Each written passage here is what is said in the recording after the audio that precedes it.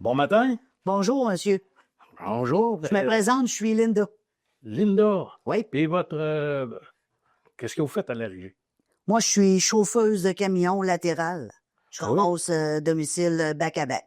Et puis, est-ce que d'autres personnes féminines dans le réseau qui sont camionneuses? Ben non, je suis la seule fille avec les 12-14 garçons. C'est bon, c'est bon. Ouais. Et puis, au niveau de l'équipement des camions, est-ce que vous avez trouvé que c'est une bonne idée qu'on achète nos véhicules? Oh oui, c'est excellent, là. La régie, elle a acquéri les 12 camions flambant neufs. Fait qu'on a tout parti le contrat en 2021, tout avec des camions neufs. Si je peux faire du pouce avec ça, j'étais sur le conseil exécutif, puis lorsqu'on est arrivé pour justement l'achat, se virer vers là-dessus, c'est qu'on s'est aperçu qu'il n'y avait plus de fournisseurs pour ramasser le compost, les déchets, et puis le recyclage. Fait qu'on est allé de l'avant avec l'achat des camions. C'est sûr que puis ça a fait grandir la régie, et puis ça a donné de l'opportunité à des camionneuses et des camionneurs d'entrer à la régie. Ah, ben vous avez bien fait ça parce que les camions, c'était un bon choix, là. Oui, au niveau du quotidien, de défis que tu peux rencontrer, comme tu m'en as parlé avant qu'on s'assoie ici, tu as amené un bon sujet. Ouais, je trouve ça vraiment dommage. Moi, je fais la collecte des déchets. Je ramasse autant de cartons dans mes bacs noirs que vraiment des déchets. Des boîtes d'Amazon, des crêtes d'œufs, du bon plastique pour le recyclage. Pourtant, elle a tellement évolué, là, le recyclage. Et on peut recycler présentement les sacs de chips, les sacs de barres de chocolat. Je sais pas pourquoi les gens s'attardent à jeter ça dans les vidanges. Mais il y a une bonne nouvelle avec la collecte intelligente qui va être mise sur pied bientôt. On va pouvoir cibler des zones où il y a moins de recyclage, puis essayer d'éduquer, puis d'informer les gens pour ça être conscient que le site n'a pas une vie éternelle. Fait que ça sera bon de faire parvenir ça aux gens, puis la collaboration va être mise à pied.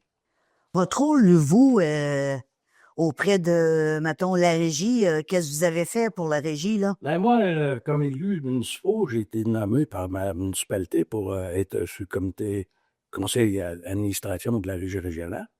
Et puis, étant donné que ça n'a pas été très difficile pour moi pour faire la motivation pour entrer là-dedans, étant donné que j'ai participé souvent dans mon ancienne vie, mon ancien employeur, l'environnement était au cœur des valeurs de l'entreprise.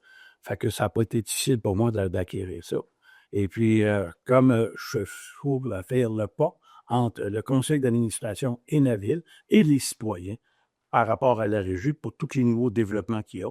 Puis on incite énormément à chaque conseil de ville en public.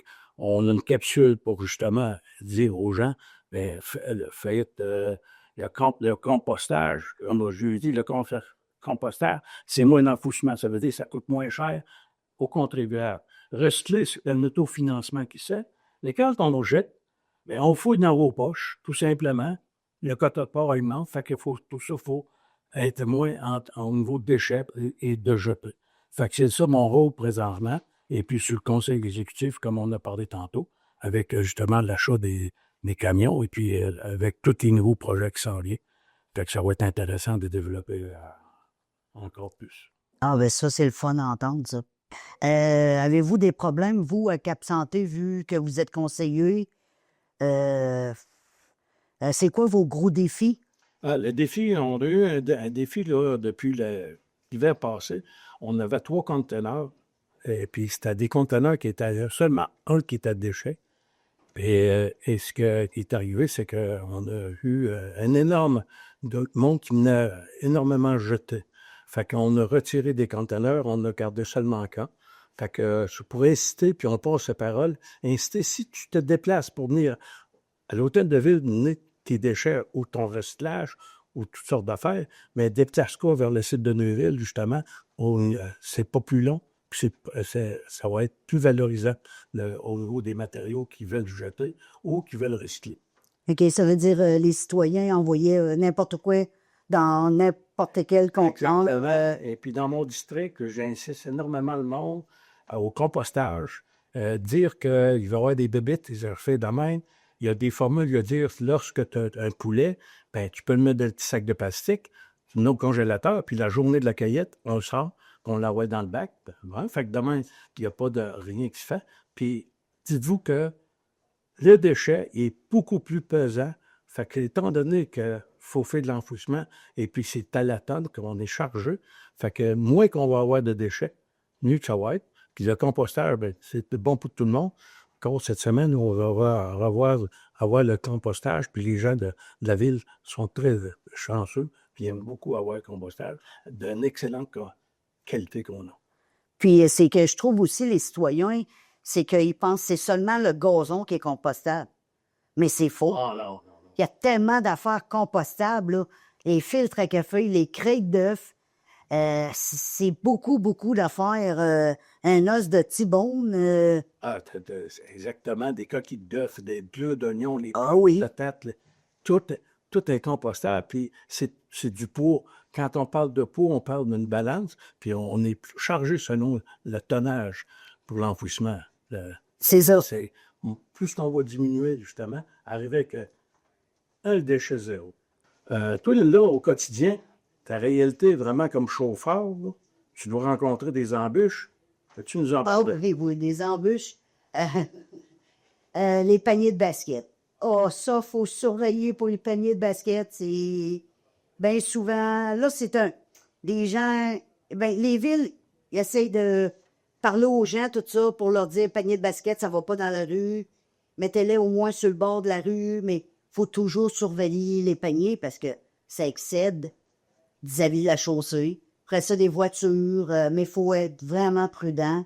Les petits-enfants, c'est pas évident parce que des fois, ils partent à la course, sont ça d'eau, là. Tu les vois pas toujours. Bien, je suis content d'entendre ça. On va pouvoir en profiter pour le prochain conseil municipal de passer le message pour justement les ballons de basket et puis toutes les embûches que vous pouvez rencontrer comme chauffeur et puis au niveau de la sécurité des gens. Fait que je te remercie d'avoir apporté ça à mon intention. Ben merci beaucoup.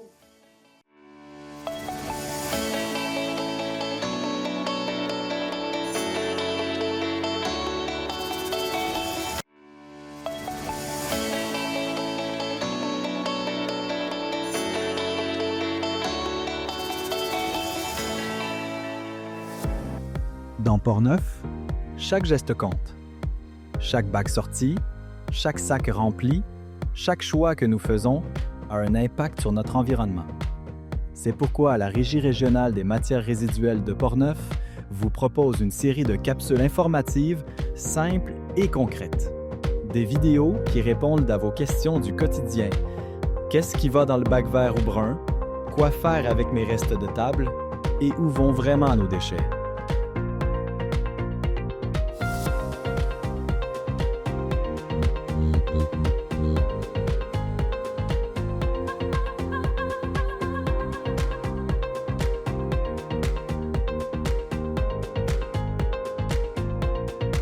Au fil des capsules, vous découvrirez des conseils pratiques pour mieux trier, des gestes à adopter pour réduire à la source et une meilleure compréhension de ce que devient ce qu'on jette. Parce qu'une gestion responsable des matières résiduelles, ça commence chez vous. Que vous soyez un citoyen, un commerçant ou un organisme, vous avez le pouvoir d'agir. Ensemble, on peut faire de petits gestes qui ont de grands effets. Regardez dès maintenant nos capsules sur notre site web, notre page Facebook ou sur YouTube. Informez-vous, partagez, passez à l'action. Triez mieux pour jeter moins.